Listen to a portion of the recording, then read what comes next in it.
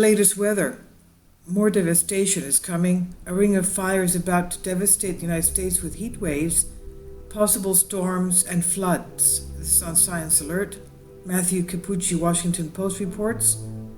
From the sizzling scorcher in the south to severe storms in the east and mid-Atlantic.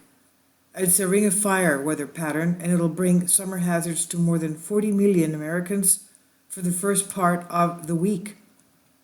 Heat alerts stretch for more than 1,000 miles from San Angelo, Texas, to Jacksonville, Florida. This is a region where heat indexes could top 110 degrees Fahrenheit, that's 43 degrees Celsius in spots.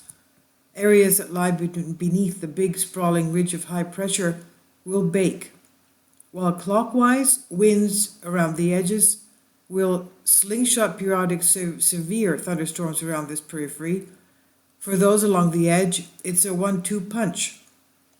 It's a setup that brings some with oppressive heat, humidity, and could end up with damaging storms. The heat, it will be sauna weather. It's in the offing for people in more than a dozen states, and the heat dome will be spanning from the I-35 corridor in Texas all the way to the East Coast. In Dallas, the mercury forecast is 103 degrees. That's 39 degrees Celsius. On Tuesday, the hottest temperature there would be since July of last year. Dallas-Fort Worth International Airport hit the century mark Friday, Saturday, Sunday. The average high for this time of year is about 96 degrees, which is 36 degrees. So it's a full 3 degrees Celsius above what we have normally. In Galveston, the heat index remains above 100 for an astonishing 41 hours late last week. The sultry conditions relentless even in the hours of the night. Orange, Texas started this work week in a not so pleasant note. The heat index spiked to 111 degrees before 9 in the morning, thanks to an extreme dew point of 83 degrees. The technical meteorological term for that is yuck. Now, what sets this heat wave apart from others is the humidity, which is impeding people's ability to cool themselves through sweating.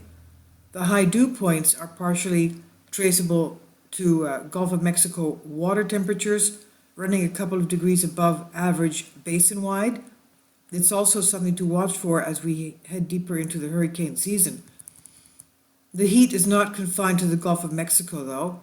Oklahoma City hit 103 degrees Saturday, 102 Sunday, and Will Rogers World Airport is set to top 100 degrees again, marking first 3-day string of 100-degree days there since the year 2017. And if you're looking to beat the heat, you have to head north. Boston should enjoy a refreshing 76 degrees, welcoming break in the heels of this warmest month on record. By Wednesday, an area of refreshing dew points in the upper 40s and 50 degrees will filter south from Canada, bringing a comfortable early taste of fall air. And about the storms, where these two vastly different air masses clash, severe storms are in the forecast. Some meteorologists call them ridge runners, since they're propelled around the edge of the blocking highs, such as the one parked over the south. With plentiful heat and moisture to tap into, these storms could pack a punch, especially in the Washington, D.C. area. And these environments, storms sometimes have a tendency to be overachievers. The Storm Prediction Center placed portions of the Mid-Atlantic, including Washington, Philadelphia, Baltimore, under an enhanced risk for severe weather, and this category is not often issued for East Coast storms on threats a full day in advance. It underscores the potential for Tuesday to feature a high-end or severe event in the Washington area. Damaging winds and hail are possible, but a few supercells with low-end associated tornado risk may spin up along the warm front.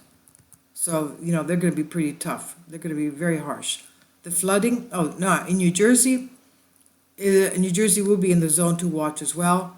It's already seen 8 tornadoes this year. Can you imagine? Usually high, unusual number for the state, whose average is 2. The flooding on the northern side of the high, some flooding risk is possible where storms may train over the same areas.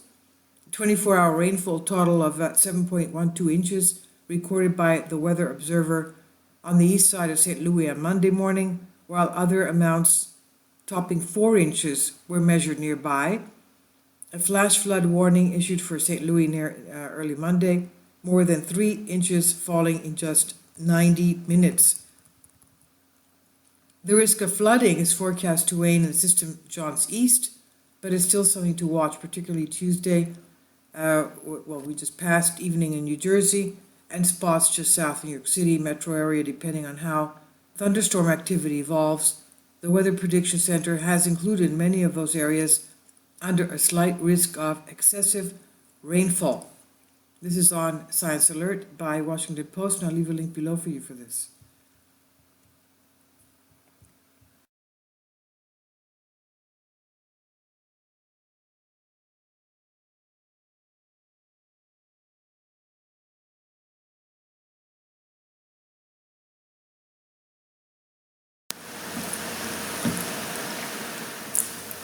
If you'd like to join me on my Patreon account, you will hear content not covered by mainstream media. These riveting stories will be based on my research, and I will state my opinions and give my personal insight on diverse and controversial subjects and world events not covered by mainstream media, and not supported by YouTube guidelines.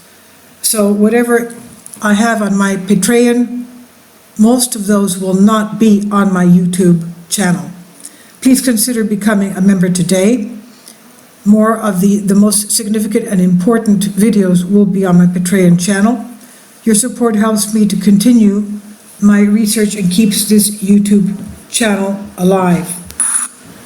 And we depend on your support, your generous charity, because we help economically challenged families here in Athens, Greece, in Kapota, and we also help the young generation with university tuition and the community around our church.